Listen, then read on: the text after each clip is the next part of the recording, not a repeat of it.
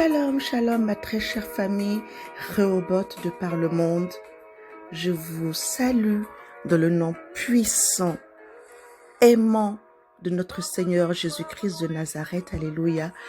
Alors d'emblée, mille excuses pour le retard avec lequel le pain quotidien est délivré ce matin. Alléluia. Alors, sans plus tarder, nous allons prendre nos Bibles dans le livre de Luc chapitre 15, le verset 4.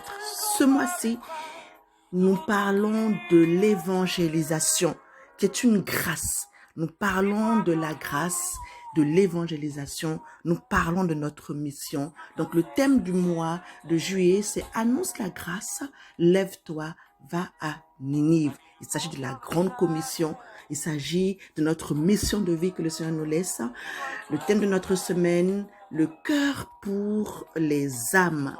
Et aujourd'hui, donc, nous allons parler du thème qui doit être le fardeau de tout enfant de Dieu, de tout chrétien né de nouveau, de tout serviteur, de tout servante, de tout fils de Jésus. Alléluia. Donc, le thème de notre jour, c'est jusqu'à retrouver.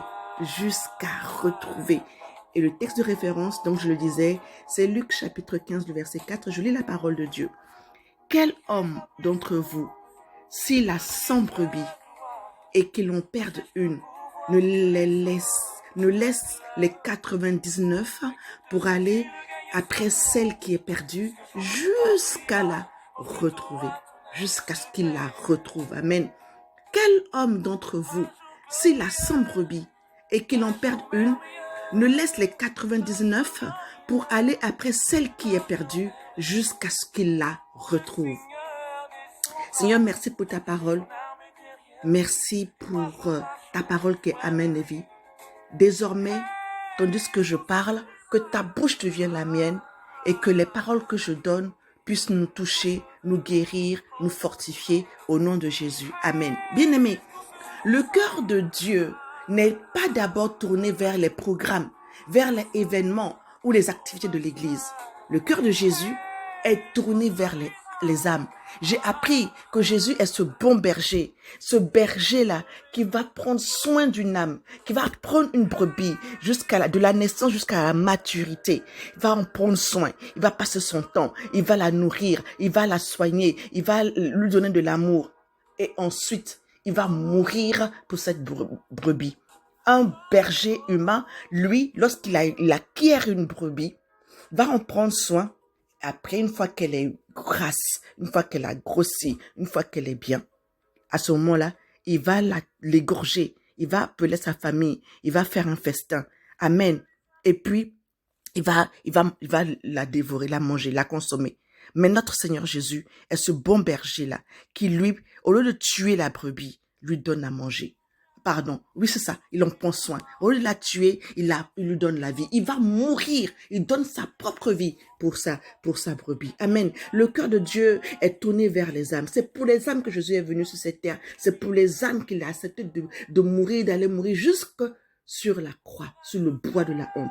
Chaque âme est précieuse aux yeux de Dieu. Chaque personne que nous croisons est quelqu'un que Jésus a aimé au point de donner sa vie sur la croix. Amen.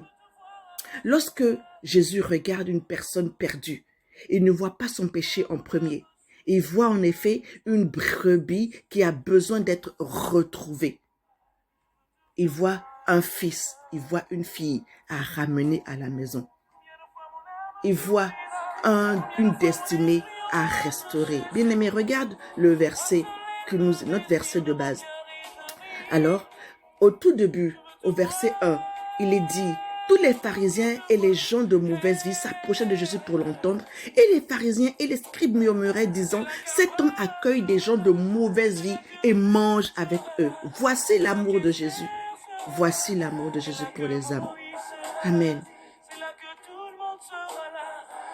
Dans notre verset, dans le chapitre, dans le verset 4, il est dit que ce berger-là, Jésus, il cherche jusqu'à ce qu'il la retrouve. Jusqu'à. Arrête-toi sur ce mot jusqu'à ce qu'il la retrouve. Il ne s'arrête pas à la première difficulté. Il ne renonce pas après un refus. Son amour est persévérant. Sa compassion est plus grande que l'égarement de la brebis. Amen. Voilà le cœur que Jésus veut former en nous. Voilà ce que Jésus désire, attend de nous. Voici ce cœur qu'il veut nous offrir ce matin en tant qu'évangéliste. Amen. Nous parlons souvent d'évangélisation comme la grande commission, comme une mission.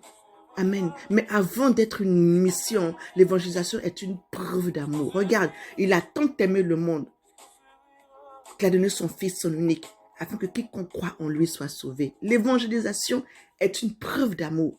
On ne témoigne pas simplement, amen, c'est simplement parce que c'est un ordre.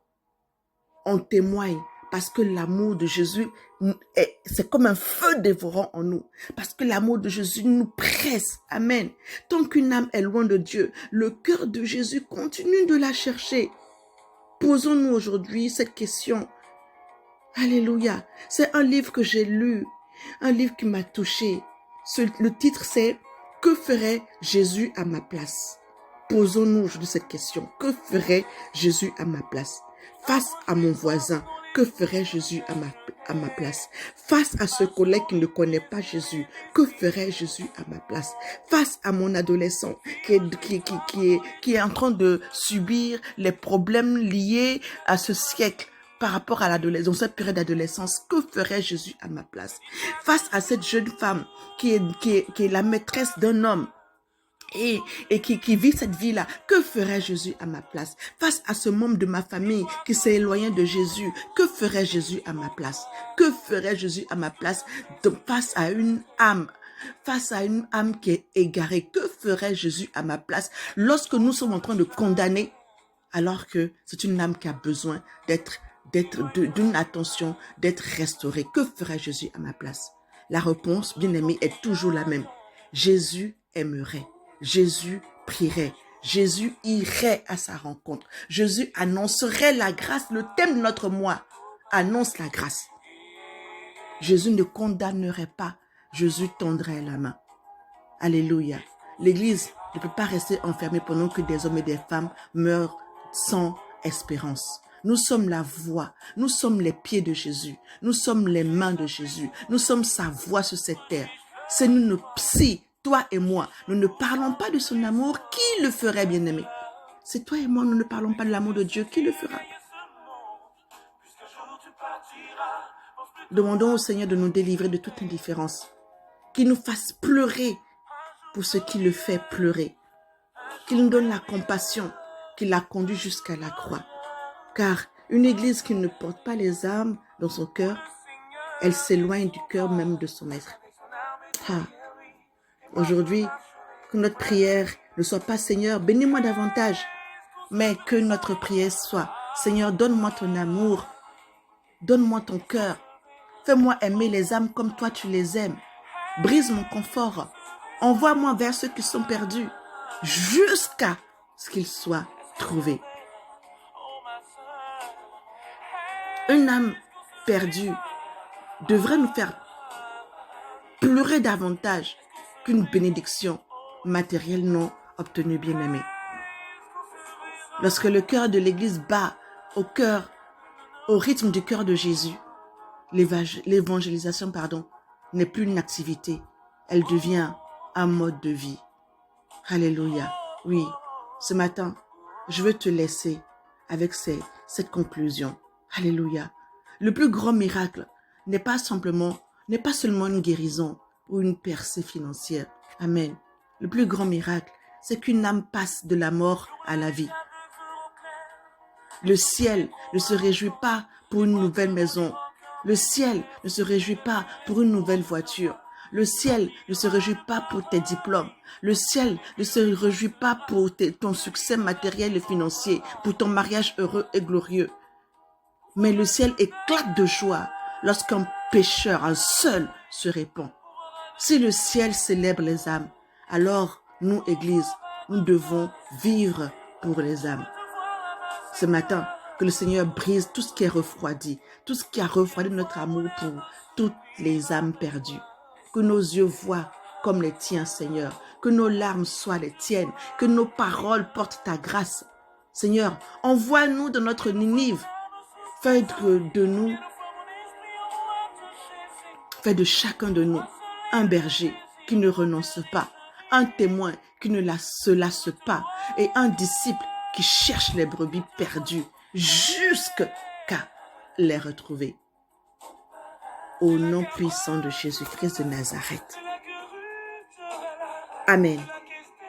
Et que nous puissions tous nous retrouver au paradis à célébrer ce Dieu pour lequel nous avons donné notre vie et accepté la peine. Au nom puissant de notre Seigneur Jésus-Christ de Nazareth. Excellente journée, bien-aimés.